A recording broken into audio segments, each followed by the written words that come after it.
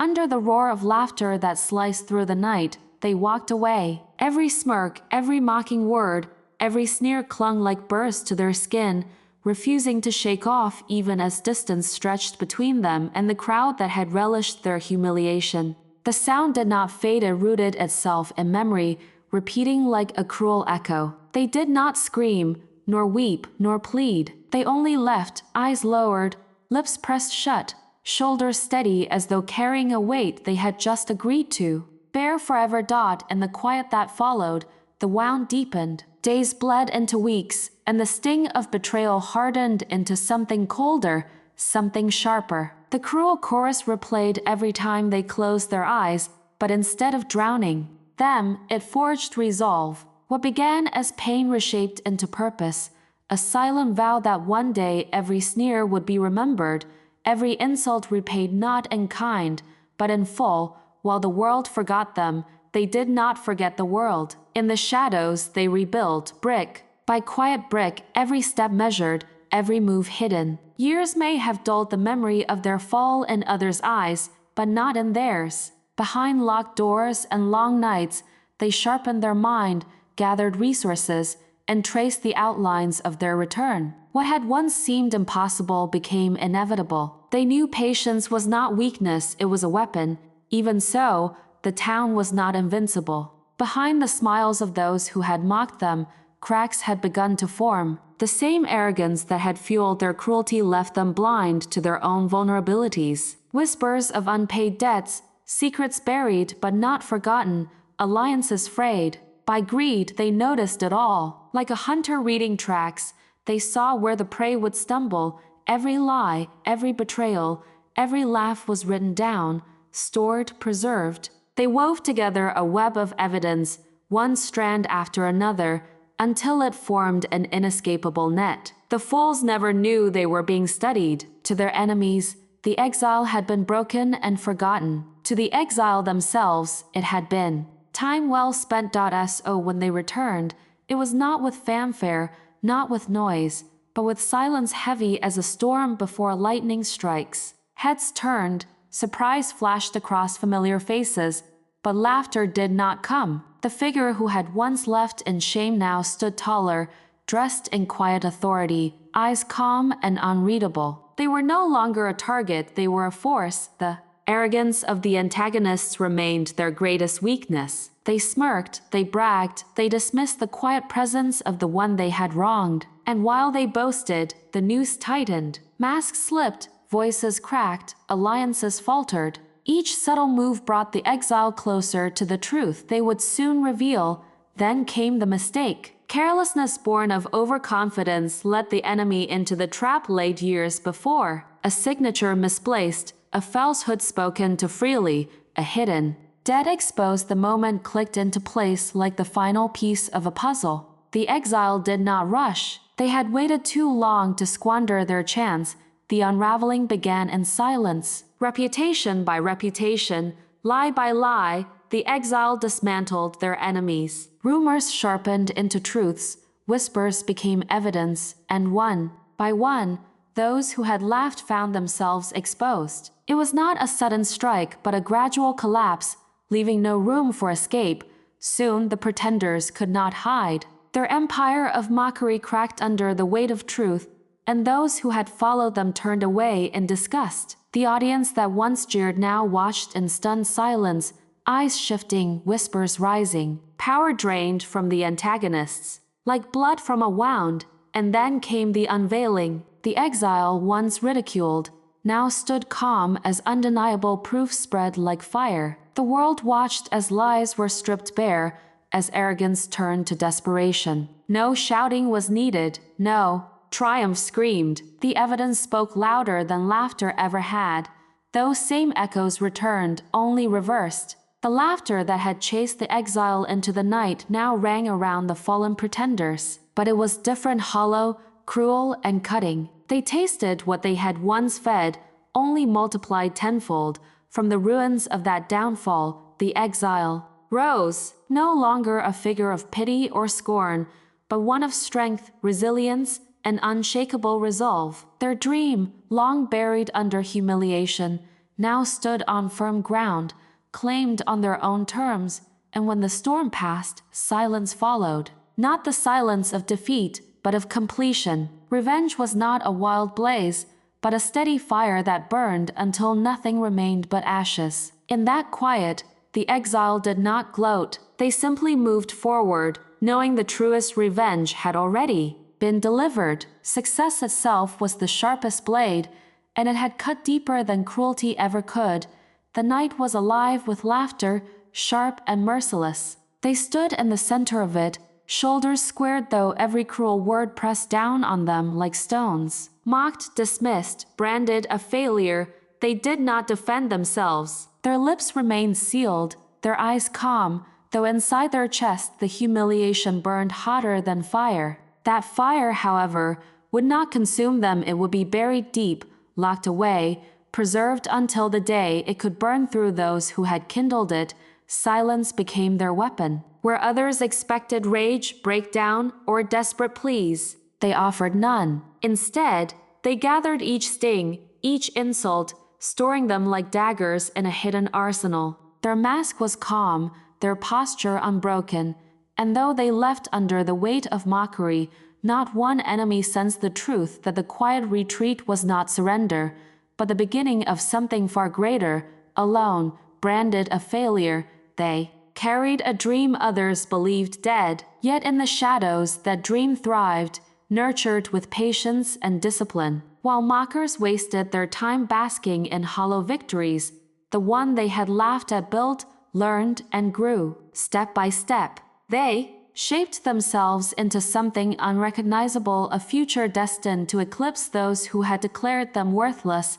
And while they rose in silence, the cracks in their enemies' world began to show. Behind the smirks, insecurity festered. The overconfidence that once appeared as strength was in truth fragility. They paraded themselves as untouchable, yet their weaknesses gleamed like fractures in glass. From afar, the exile watched. Every boast revealed a fault. Every careless word exposed the thin veneer of superiority. It became clear how shallow their empire truly was. Lies woven tightly together formed its foundation, but truth had a way of unraveling even the strongest knots. One by one, those hidden hypocrisies came to light, and the exile collected them with meticulous care. What once seemed towering now looked fragile, waiting for the right hand to push.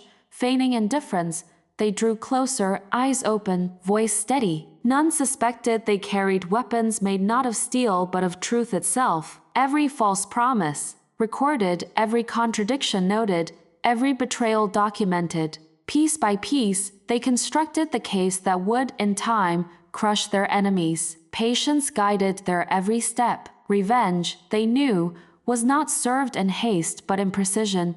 Then came the arrogance that sealed the antagonist's fate. Drunk on their own pride, they slipped. A careless decision, a boast spoken too loudly, a deception left unchecked. It was all the exile needed. The door opened, and the carefully woven trap awaited. The ones who believed themselves untouchable had unknowingly delivered the key to their own ruin.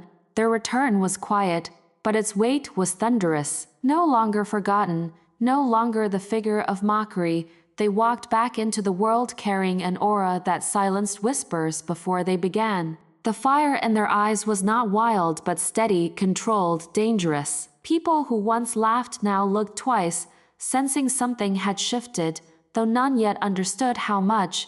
Then the shift began. Without warning, the tables turned. Mockers, who once reveled in cruelty, found themselves cornered by whispers, rumors, and truths too sharp to deny. What they had once inflicted on another was now visited upon them, but with precision, with calculation, with silence. They were ensnared, and only then did they realize how blind their arrogance had made them. When the mask was finally ripped away, it was not done in secret but before all. Lies collapsed publicly, and there was no space left to wriggle free. Each truth was revealed, each deception exposed, until the crowd that had once laughed stood in judgment. The very stage they had used for cruelty became the place of their humiliation. Arrogance crumbled into ruin. Their empire of laughter, built on shallow pride and hollow victories, turned to ash. They had believed themselves untouchable, but their own cruelty had sharpened the blade that now cut them down. Every jeer, every insult, every sneer returned to them with merciless force. The echoes of justice filled the air. The same laughter that had once haunted the exile now reverberated around their enemies, stripping them bare. They tasted the bitterness of mockery, no longer wielders but victims, their pride shattered beyond repair, and from the ashes, the dream that could not be killed rose in full bloom. The exile's ambition, long dismissed and ridiculed, shone brighter than ever. No denial remained, no doubt could linger. Their success silenced even the boldest voices of scorn. At last, when all was done, silence returned, not the silence of defeat but of completion. Vengeance had been delivered not through fury but through patience, not with chaos but with precision. The past was finished, the wounds closed. They did not gloat, nor lower themselves to the level of those who had mocked them. Their victory was proof enough, and as they stood, stronger, unbroken, and undeniably triumphant, one truth remained clear. Silence had always been their sharpest weapon, and success their deadliest revenge. They chose exile, not because they were weak, but because silence was stronger than any outburst. Walking away from the world that had ridiculed them, they let distance become their shield. Every insult left behind still echoed, but instead of answering, they vanished. The absence was their first move, an unseen retreat that the arrogant mistook for surrender. Yet, in the stillness of that departure, something new began to stir. Nights stretched long, sleepless, and merciless. Alone, they built themselves from the ashes of humiliation. Where once there had been laughter at their expense, now there was the relentless fire of discipline. Every hour without rest became another brick laid in the foundation of strength. The exhaustion cut deep, but each sacrifice lit sparks of transformation. Quietly, humiliation was forged into steel. Still, the memories would not fade. In the silence of those nights, flashbacks surfaced, faces twisted in mockery, words sharpened into blades. They replayed again and again until each scar became fuel. Instead of breaking them, the memories hardened their steps. The laughter that once sought to bury them now carried them forward, each cruel echo pushing them toward a future no one could see coming.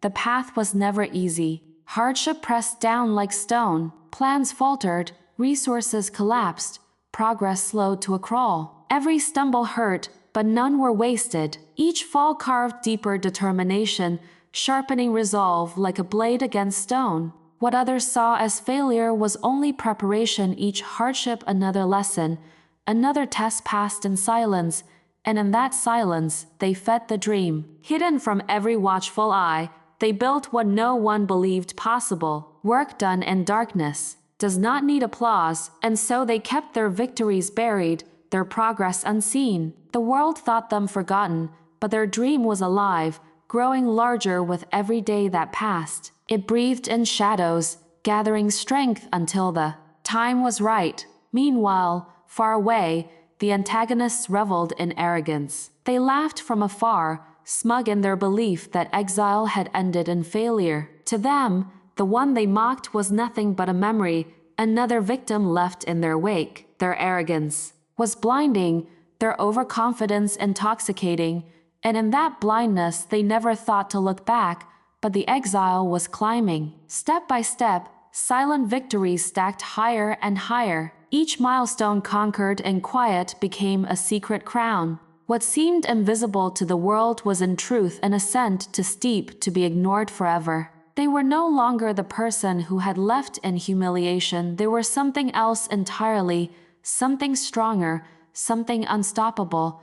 That silence before the return became a mask, calm and unreadable. It was not surrender, but patience, waiting for the moment when the curtain would lift, when the hidden would become undeniable. They carried themselves with restraint, knowing the storm would not come early, it would come exactly when it was meant to, and in their heart, the promise was clear. One day, the world would see them again. Not as the broken figure mocked and dismissed, but larger than life, untouchable, undeniable. The reckoning would not come as a shout, but as an echo so powerful it would erase every cruel word spoken against them. I knew one day they'd see me again. They whispered to the silence, not in person, but in a way no one could escape. Their laughter was louder than ever, cruel and careless. Each insult carried the weight of arrogance, as if their voices alone could erase the one they had cast aside. They mocked openly, convinced that failure was permanent and that exile had ended in silence. The protagonist's name became a punchline, their absence proof of weakness. Yet, behind every sneer, behind every burst of derision, lay the arrogance. That would one day be their undoing. Mockery blinded them. Their cruelty became a veil, covering the truth they never stopped to consider. While they wasted breath on scorn, the storm was already forming quietly beyond their sight. They saw only a ghost of the past, never realizing that in the shadows, resilience had hardened into strategy. They underestimated the one they laughed at, and that underestimation grew heavier with every passing day. In silence, the breakthrough came. Hidden from all, the protagonist signed the deal that shifted everything. It was not a loud victory, not one meant for immediate display, but the kind of triumph that rewrote futures. The pen stroke was steady, deliberate, a quiet declaration that exile had not been defeat, but preparation. With that single agreement, the foundation for return was laid, and no amount of laughter could drown out what had already begun. The tide shifted before anyone noticed. What had been dismissed as a dream now stood tangible, real, and irreversible. Every long night of planning had taken form, every sacrifice transformed into progress. Yet the victory remained veiled, its weight hidden in plain sight. The protagonist walked unnoticed, carrying success within reach, allowing arrogance to linger unchecked just a little longer. Then came the stage too large to be ignored. The Billboard campaign was secured, towering high above the world like a silent shout no one could escape. It was not a whisper of progress, but a declaration written in lights, impossible to overlook. For the first time, the mockery that had seemed so loud would be drowned by something far greater. The undeniable presence of success stretched across the skyline. The contrast sharpened with every passing day, while the antagonists boasted of superiority, basking in hollow victories.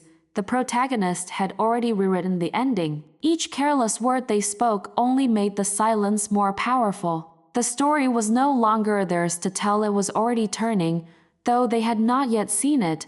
Their mistake was fatal, though they could not see it yet. By mocking too loudly, they gave the protagonist the perfect stage. Their voices, once so sharp, became the background noise that would make the revelation all the more devastating. They had raised the crowd's attention for the very moment their own downfall would begin, and when the first billboard went up on the highway into town, the protagonist did not need to be there. The revenge was not in confrontation but in inevitability. The antagonist's own eyes would find the truth, staring down at them in lights too bright to deny. In that moment, all the laughter in the world would falter, replaced by the silence of realization.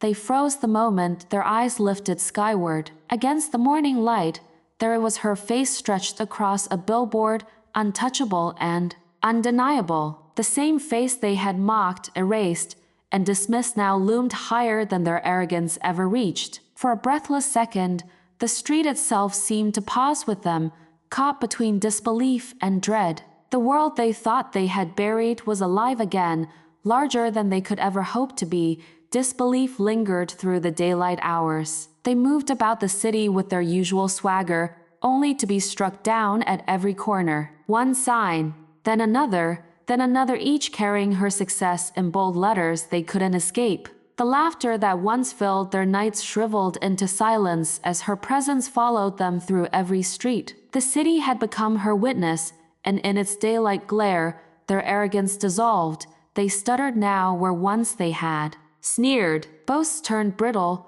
words broke before leaving their mouths. They tried to dismiss what they saw, calling it chance, coincidence, a passing display, but the sheer scale crushed every excuse. The denial tasted bitter, yet it was all they had left. Her success was not whispered in back rooms or hidden in papers. It was written above their heads, unrelenting, undeniable. Humiliation became their shadow. Each time they drove through town, the sight of her face burned against their pride. They could not look away, and yet every glance reminded them of their mistake. The billboards did not just speak of her triumph, they shouted their underestimation. Every mile, every turn of the road pressed salt deeper into the wound. There was no mercy in this brand of defeat, only the constant sting of exposure. And through it all, she remained silent. No words were needed, no confrontation staged. Success itself was the sharpest blade, cutting deeper than anger ever could.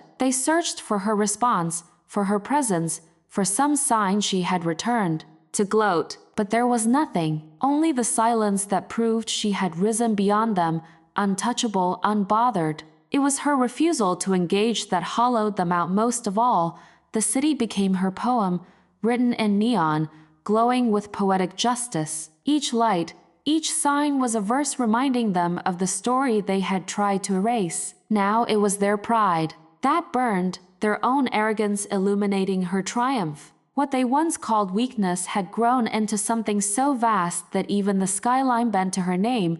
There was no escape, not anymore. The very laughter they had once weaponized turned against them. Every echo of their mockery now circled back, making them prisoners of their own cruelty. They had created the chorus that now haunted them, and in its relentless return, they found themselves caged by the weight of their own past. And then the truth settled in with an inevitability that left them hollow.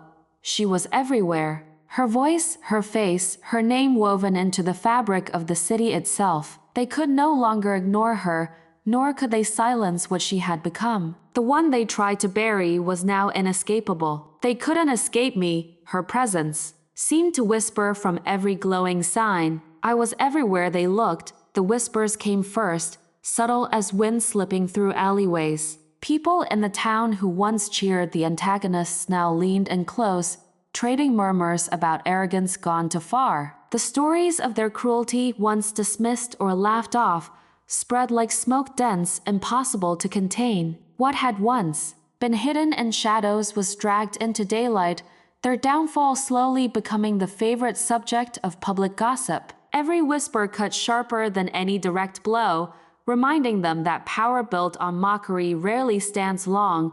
The cruel irony soon unfolded. Those who mocked became the mocked. The townsfolk who had once joined in the laughter now turned that same laughter back on them. Each tale of their pride ended not with respect, but ridicule. Their names carried no weight now, only the memory of how merciless they had been to the wrong person. They were not feared, not admired, only pitied and laughed at in taverns, at markets, in every place where voices gathered. Through it all, the protagonist never raised a hand, never uttered a word. Their silence became a throne, unshakable and commanding. Success, towering and undeniable, spoke for them in ways no confrontation could. To watch them ascend without speaking was to understand the depth of true power. It wasn't loud, it wasn't violent, it was steady, certain, and impossible to ignore. The justice that followed carried no blade, no clash of words or fists. It unfolded with the inevitability of a tide, drowning the antagonists in their own pride. They had built their own cage, locked the door with their arrogance, and now sat helpless inside it. There was no need for the protagonist to confront them. The weight of their blindness was punishment enough. The world itself chose sides, effortlessly and without debate. Every passerby who saw the billboards knew the truth. No one needed explanations. No one asked questions. The story was written in lights above the city, who had risen and who had fallen. Each glance from a stranger's eyes confirmed what the antagonists feared most. Their defeat was public, their shame irreversible, and in that unrelenting glow came the final closure, sharp and poetic. They all laughed when I left, the protagonist thought, as the city pulsed with their triumph. Now the world laughs with me and at them, Every time they drive past my face on a billboard they'll never afford, the revenge needed. No gloating, no battle cry. It lived in the silence, in the lights, in the inescapable truth that their story was over and hers had only just begun.